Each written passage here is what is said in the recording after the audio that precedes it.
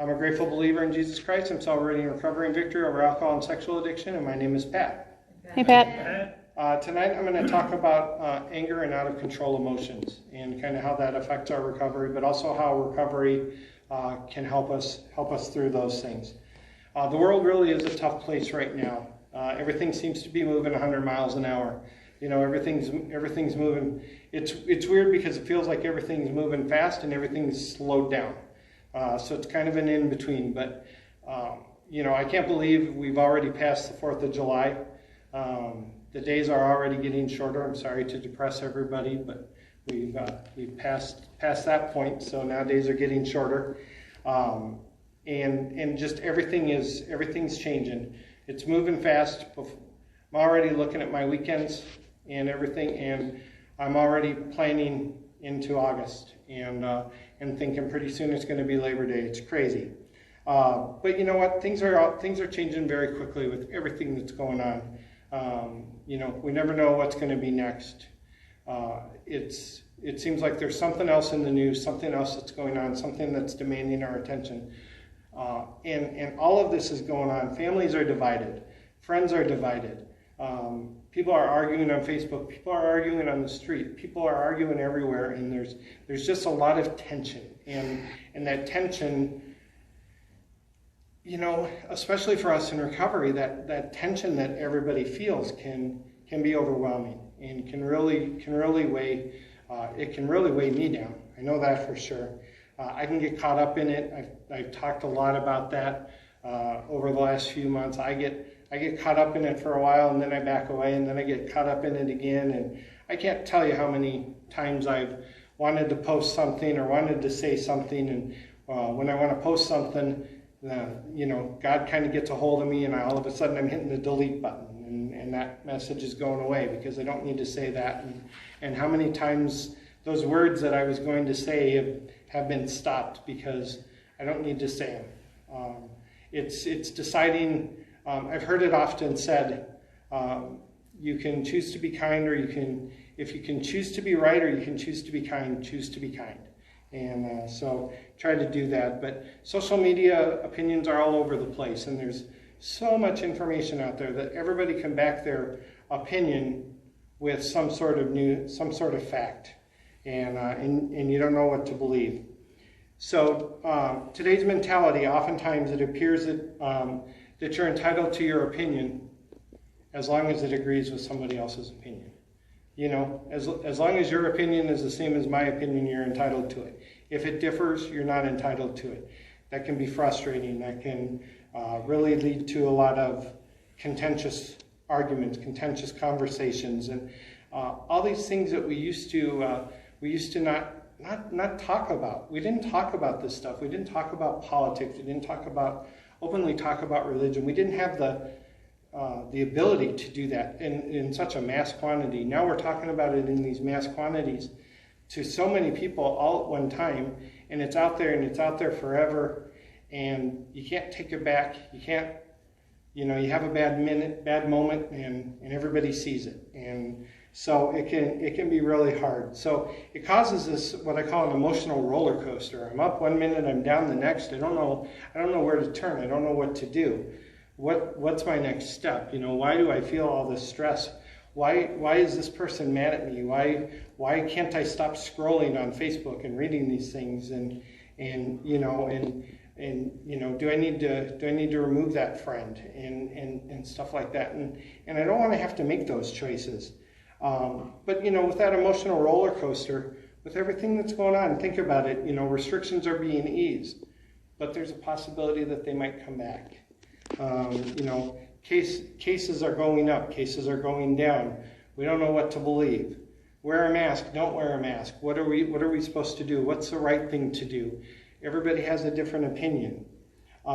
There's a lot of financial worries, whether it's about what's going on with COVID or not. You know, if you have financial worries, financial stresses, those cause emotions, and it causes stress, and you have to have an outlet for these things. Relationship problems, 4th of July, time together with family, time together with friends, all of these things going on, this time together, it can cause issues with relationships. Maybe not everybody's comfortable with getting back together yet, and you miss that dearly, or it causes some contention with other people. Churches. Some churches are meeting again. Some churches are still doing live stream. We're missing that connection. We're missing that time together. Recovery meetings were shut down for a significant amount of time. They're starting back up now. As I said, we're starting up next week. So that's been missing, and there's and a lot of the temptations have still been there, and that's been the frustrating part from my perspective. Not because it's a temptation for me, but I know it's a temptation for so many, and it's a possibility for so many. When I talked about relapse before, that's one of those things that's out there. They made so much of those temptations that still available, that relapse skyrocketed, and people are really struggling now.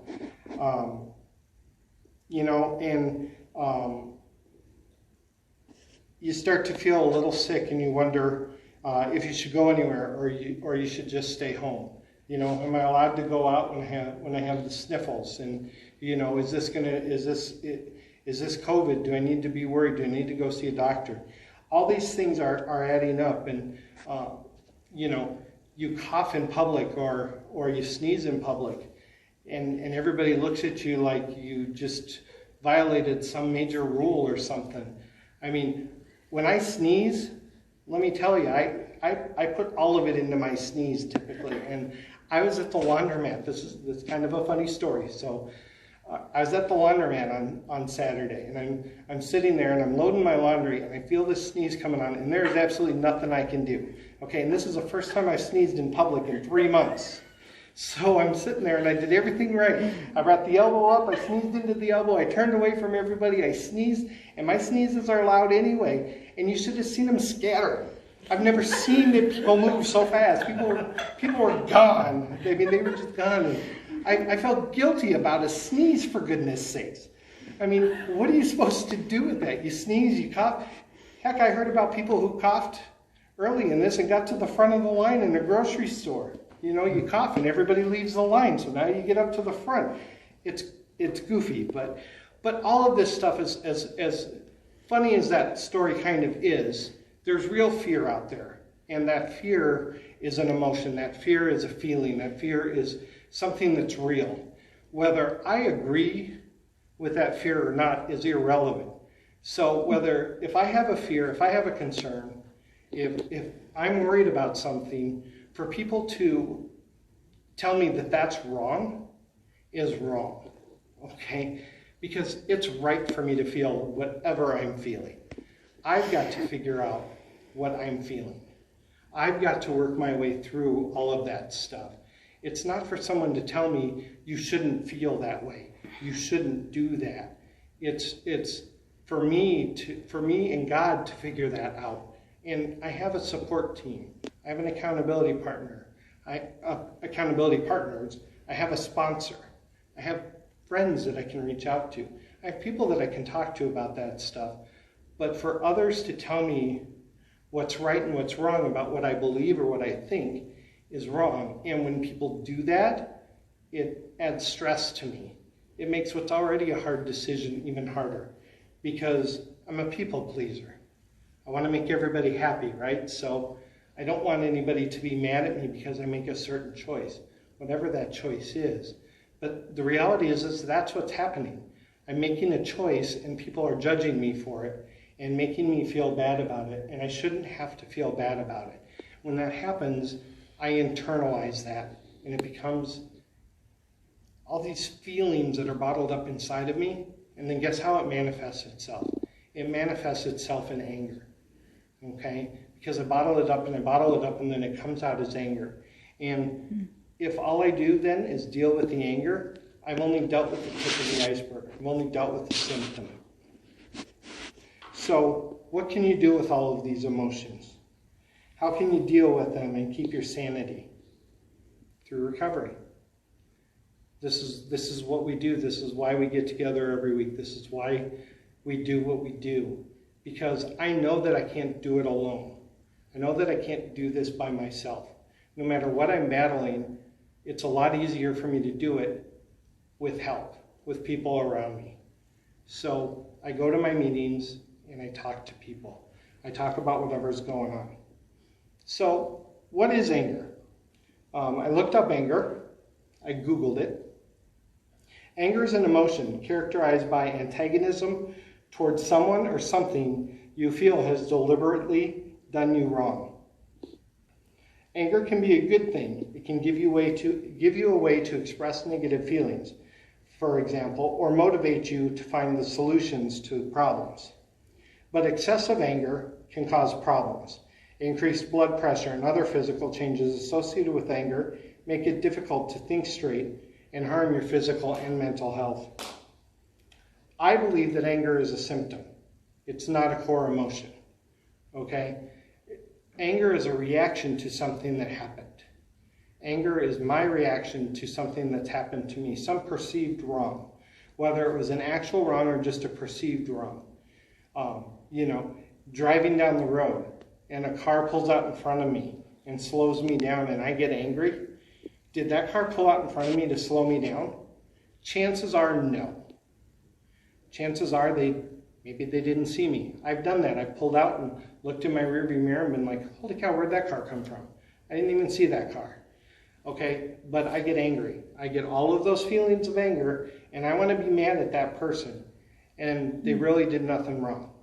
Okay? Maybe they did it on purpose, maybe they didn't, but at the end of the day, it doesn't matter. Why would I let that ruin my day? Okay, but I do. That's the thing, I do. Okay, so and that gets worse the more my emotions are kind of knotted up. The more emotions that I've been feeling, the more things I've been going through, those things anger me a lot more. And that's kind of what happens.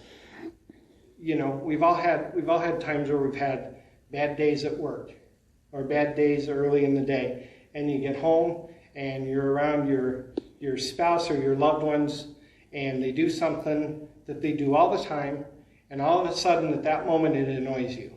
And what do? You verbalize that. Maybe you yell at them, maybe you do a lot of things, but you let them know that anger comes out, okay? So I've got this. This is the list of feelings to help identify step 4. This list is available in I believe all of our small groups. And this list has just a bunch of different emotions, and they're all or a bunch of feelings, and they're all in alphabetical order. So I've used this before. And people who've been in my group or had conversations with me have probably heard this story. But you can't stop me because I'm on video and you're not here. So there you go. So anyway, we have all of these feelings and they're all here. And so I was going through a relationship breakup a few years ago. Okay? And the relationship ended, from my perspective, badly. Okay? Did it end badly? Did it end good? Doesn't matter. It ended, okay? But at the time, I was very caught up in my emotions, very caught up in a lot of things, and I was angry, okay? I had a sponsor at the time. I sat down with my sponsor. Then a couple weeks after this happened, and we sat across from each other, and he wanted to talk. He wanted to kind of work through it, and I sat down across from him, and I looked at him, and I said, I am mad. I know I need to get past it. I know I need to work on it. I know I need to do all these things. But right now, I just need to be mad. It's where I need to be. And he looked at me and he said, okay. And I wasn't denying that I was angry. I wasn't denying that I needed to work on it. But I knew I was angry and I knew I couldn't work through it all right then. But soon after that, I grabbed this sheet, okay? I grabbed this sheet and I started circling all these emotions. I'm like, okay, let me figure out what feelings I really have. Okay, because I've identified anger, but what else is there? And I started circling all these things. And there's things like able, adequate, agonized, mean, miserable, naughty, neglected. All these things are in there. And I started circling this thing. And when I finished, I called him up and I said, I would have been better off circling the feelings that I didn't have, because it would have been a lot less circling.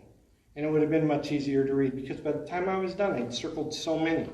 But once I circled those, once I identified those, I was able to work through them. So that's an important part of the process. There's things like that that you can do. All right? What does God say about anger? I'm going to read you some scriptures here about anger. Psalm 37:8, refrain from anger and forsake wrath. Fret not yourself, it tends only to evil. Proverbs 14:17, a man of quick temper acts foolishly, and a man of evil devices is hated. Proverbs 19:11, good sense makes one slow to anger, and it's his glory to overlook an offense. Ephesians 4:26, be angry, but do not sin. Do not let the sun go down on your anger. Okay, those are some good verses, and there's a lot more than that. I've got an app on my phone that has a bunch of different things that you might be going through, and you can pick that, and then it gives you all these scriptures. And I picked anger, and it gave me those and more. I only picked a few of them. So there's a lot that the Bible has to say about anger, but the key one for me is Ephesians 4:26. Be angry and do not sin. Do not let the sun go down on your anger. So be angry, but don't sin. God's acknowledging and saying that we're going to get angry. But what do you do with that anger? How do you handle that anger? What do you do next? That's the important thing. That's where it makes the difference. It makes a difference in faith, and it makes a difference in recovery, because I have to learn new tools. I know what I used to do with anger. I used to go to the bar. Okay? That's what I used to do with my anger. I went to the bar. I went onto the computer. Okay? I did all of these things. I avoided. But I didn't deal with it. I avoided it. Okay? So what I've learned from recovery is now I've got to deal with it. I've got to work through it. What is the difference between anger and out of control emotions? Anger can be in a moment, at a specific situation, a specific harm, a specific thing that happened. But out of control emotions is kind of a culmination of a bunch of different things. For me, it's all the stuff that I've internalized. It's all the things that I haven't dealt with, that I haven't worked through. Because throughout the course of a day, many things will happen to me that cause an emotion. Maybe I don't have time to deal with it. Maybe I don't have time to work through it. So I internalize it. And then I'm gonna work on that later. Later never comes, right? So now that emotion's just there. And then another thing happens, and then another thing happens, and eventually it becomes out of control emotions. And it can indeed manifest itself in anger, because then you have all those emotions, and then that thing happens that makes you angry, and you explode with anger. Your anger becomes much more prevalent, all right? So you can be angry at the world. You show anger frequently. And it could also be called chronic anger. Chronic anger affects physical health, mental health, career, and relationships. How does it affect physical health? Some warning signs: knots in your stomach, clenching your hands or jaw, feeling clammy or flushed, breathing faster, headaches, pacing or needing to walk around, quote-unquote seeing red, having trouble concentrating, a pounding heart, tensing your shoulders. I feel it right up in here. Okay, that's where I usually feel my stress and my anger. It's right here. And in my arms, my underarms sweat. I get all these things and all these physical manifestations of what I'm feeling, whether I acknowledge it or not. And once I was able to start recognizing those, it made it easier for me to realize that I was having those things. Mental health. It can be harder to concentrate. If it affects your mental health, it can be harder to concentrate. You could be lacking sleep. Makes it harder to sleep. Your mind's racing, right? And so it's harder to get to sleep. Mine can be racing when you're at work and you're less, you're doing less with work. It can be harder to do the regular things, okay? Because you're so focused on that one thing that you can't do anything else. You can't figure out how to function, okay? That's when it starts affecting your mental health. And then career, maybe you're not showing up at your job. Maybe you're not doing as good a job. Maybe you're not completing things. There's lots of things going on. Relationships, if you're lashing out in anger at people,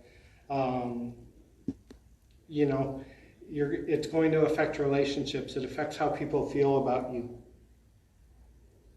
So how do I deal with anger? How do you deal with anger? I deal with it because first I have to recognize it. Okay? So the first thing that happens is I have to see it for what it is. Right? Because if I can't see it for what it is, I can't talk about it, I can't deal with it. I have to see it for what it is. I can't deny it. Okay, so I have to recognize it. Once I recognize it, I have to identify what it is. Okay, sometimes I just recognize that I don't feel right. Okay, when I'm in a bad mood, I'm the first one to know I'm in a bad mood. Because it starts with what I think before it becomes what I say or what I do. It starts with what I think. All right, so then I identify it. So what's really going on here? What am I dealing with? What haven't I dealt with? Then I confront it.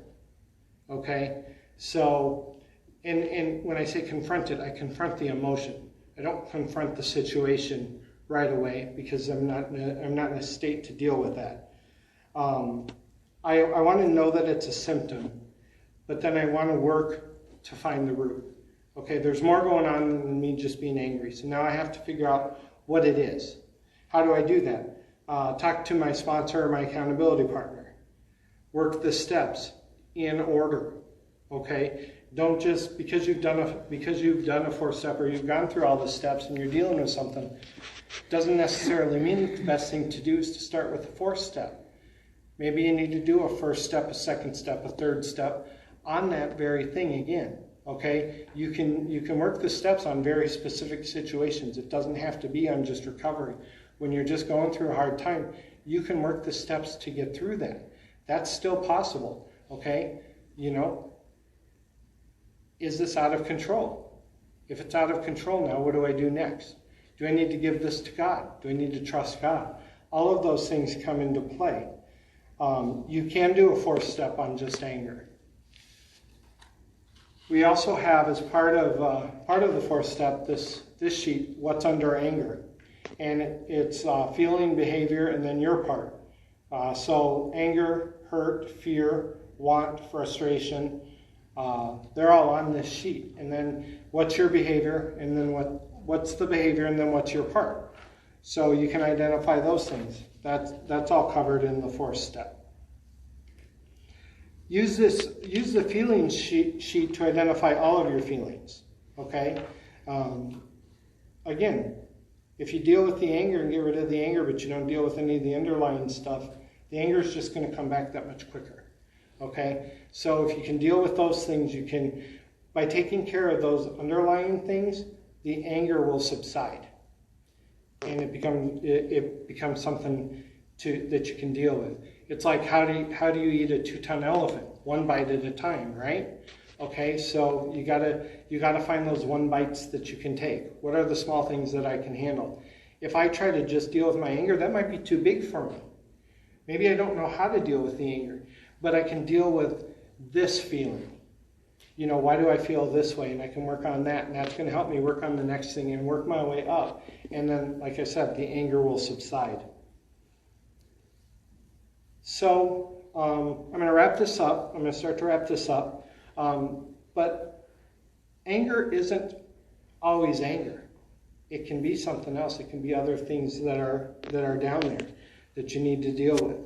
And anger doesn't look the same on everyone. There's aggressive anger. There's passive-aggressive anger. There's internalized anger.